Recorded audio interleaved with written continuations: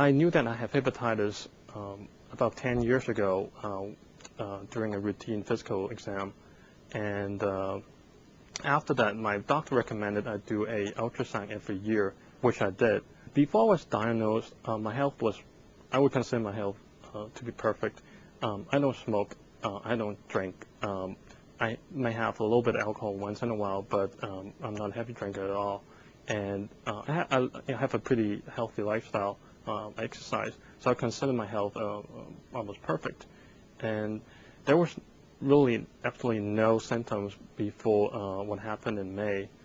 In May last year, after a dinner, I felt a severe stomach cramp, and the cramp lasted for about 10 to 15 minutes, but after that it was gone. And a week later, the same thing happened, but this time the duration was much longer. It lasted actually the whole night.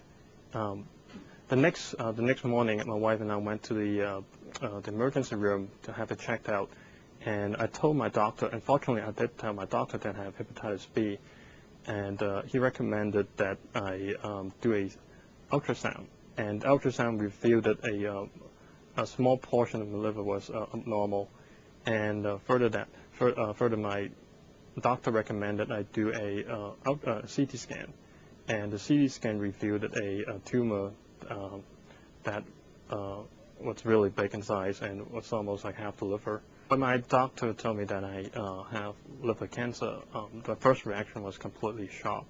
I always thought that liver cancer, anything serious would not happen to you. If you have hepatitis B, the chances of liver cancer is actually much bigger than you might imagine.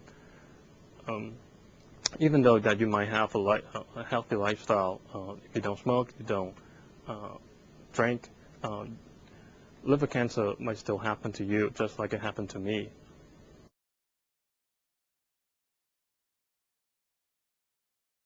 If unfortunately you're diagnosed with liver cancer, it is really crucial that your family and your friends to give you all the support and care.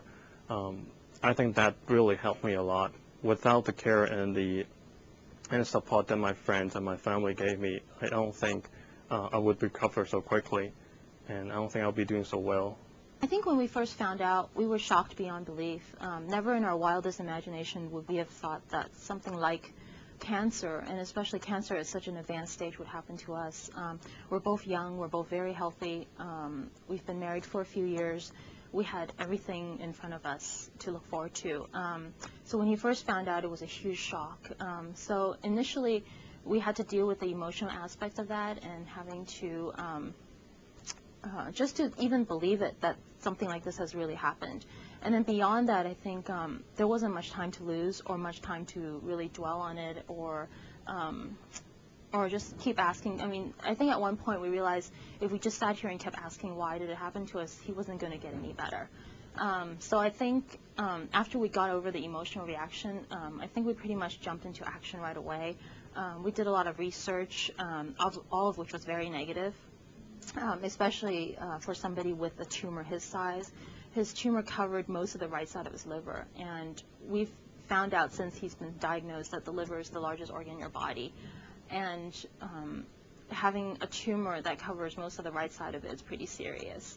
And all the research that we had read had said that it would only be resectable if it was beneath a certain size, and his was way beyond that. I think at times I wondered whether it was harder if it was myself that was diagnosed or if it was him.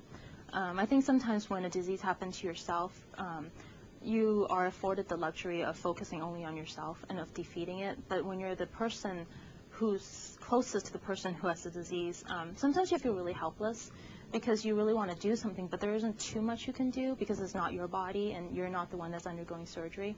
So I think it's really important that you stay strong no matter what, and you stay really optimistic. I think the most important thing to keep in mind is that your health is not something that you can take lightly, no matter how healthy you think you might be, and that cancer is not something that only happens to people that are old, or that people that have led unhealthy lifestyles all their life, or that have even history in their family. It really can happen to anybody, and to not ignore the symptoms that your body might be telling you, and to seek help as soon as you can.